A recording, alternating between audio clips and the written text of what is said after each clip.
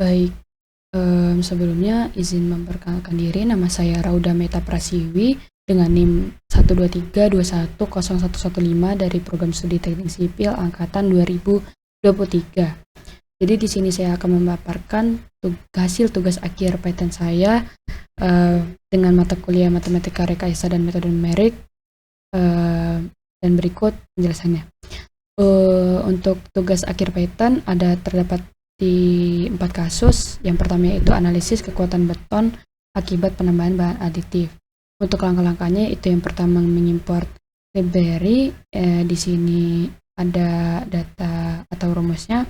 Yang pertama itu import pandas, yang kedua itu import matplotlib python, yang ketiga itu from scalene linear model, dan yang keempat itu import numpy. Untuk pandas sendiri itu untuk pengolahan data, matplotlib sendiri itu python untuk untuk visualisasi data, dan numpy itu sendiri untuk operasi numerik. Untuk scalene linear model itu untuk model regresi linearnya. Dan yang kedua itu menginput data, di mana di sini ada data mix, compression strength, dan spill stencil. Data tersebut didapat dari Excel yang telah diberikan. Untuk yang selanjutnya yaitu membuat data frame dan menampilkan data. Berikut rumusnya. Ini akan menampilkan output tentang data campuran beton.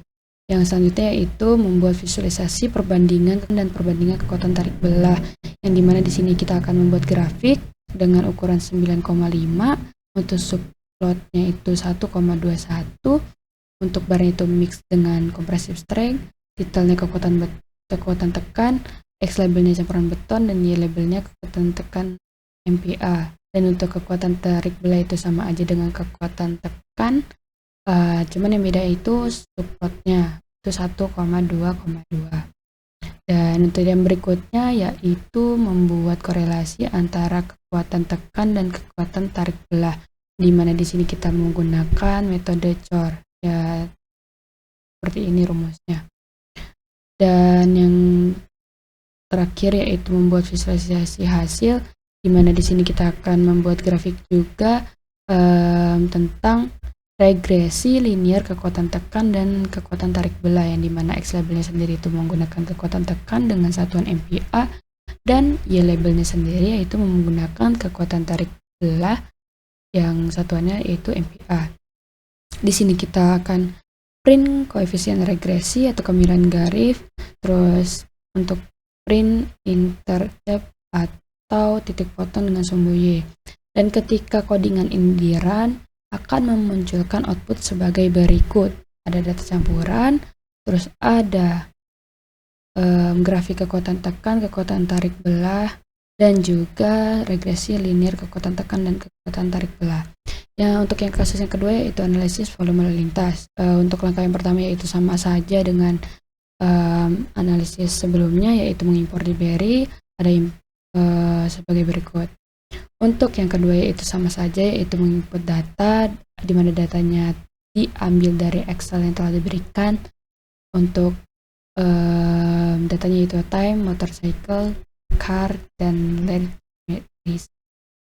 Dan untuk yang berikutnya yaitu menghitung ekivalensi mobil penumpang atau EMP dengan rumus def hitung EMP dan sebagai berikut. Dan yang selanjutnya itu menghitung volume puncak jam dengan rumus yang sama dengan yang sebelumnya, yaitu def hitung volume puncak jam.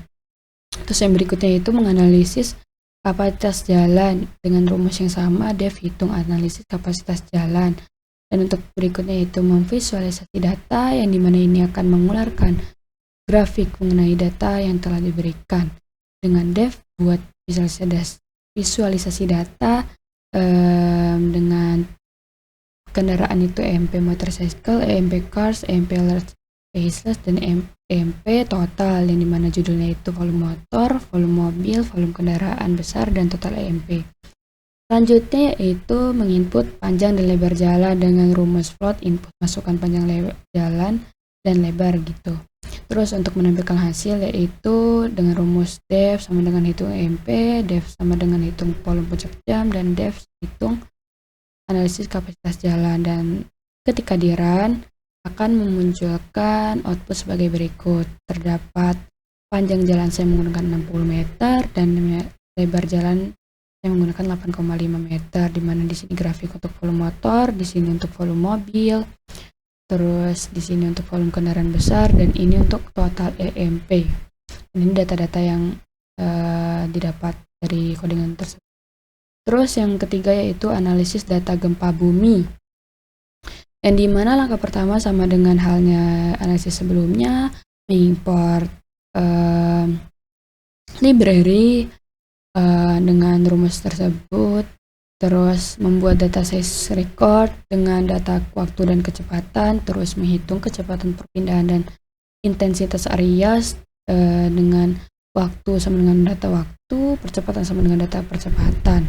Untuk kecepatan yang sama dengan NP tamsam percepatan kali 0,01, perpindahan dan intensitas areas mengikuti rumus kecepatan. Untuk berikutnya yaitu menghitung percepatan kuadrat, yang dimana percepatan dikuadratkan saja.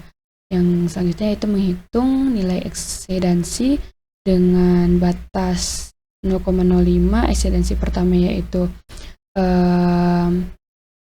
NP-where percepatan lebih besar dari eksidensi batas 0,0. Eksidensi terakhir yaitu sebagai berikut. Untuk selanjutnya itu menghitung durasi gempa dan nilai ARMS. Untuk durasi gempanya sendiri yaitu waktu eksidensi terakhir dikurang waktu eksidensi pertama. Untuk ARMS sendiri yaitu kecepatan kuadrat dikali durasi gempa. Dan berikutnya yaitu membuat plot untuk menampilkan hubungan antara waktu versus kecepatan, perpindahan, dan intensitas areas dengan ukuran grafik 10,6. Dan ini berikutnya ini rumus-rumus yang akan dipakai. Dan ketika di-run,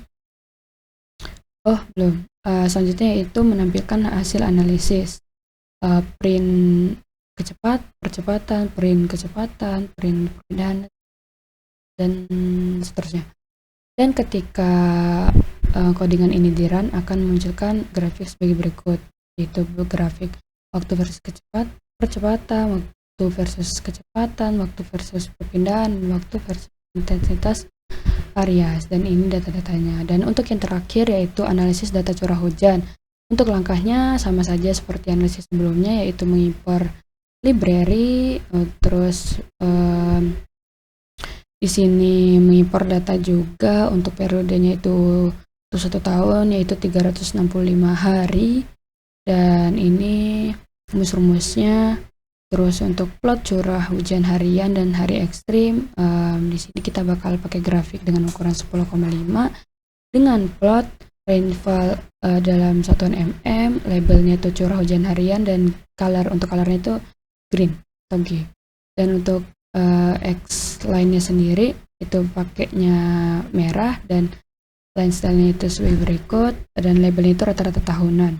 Terus scatter sendiri itu rainfall, colornya itu merah atau red, dan labelnya itu hari ekstrim. Untuk titelnya itu curah hujan harian sepanjang tahun, X labelnya itu tanggal, Y labelnya itu curah hujan dalam satuan mm. Dan untuk berikutnya itu plot rata-rata curah hujan bulanan dengan menggunakan size grafiknya itu 10,5, di mana barnya sendiri itu terdapat monthly average rainfall index time, monthly average rainfall mm, colornya itu Y, dan untuk titelnya itu curah hujan rata-rata bulanan, X labelnya bulan, Y labelnya curah hujan dengan satuan mm, dan untuk ticksnya itu rotationnya 45, dan gridnya itu axis di Y. Dan ini untuk output yang dihasilkan.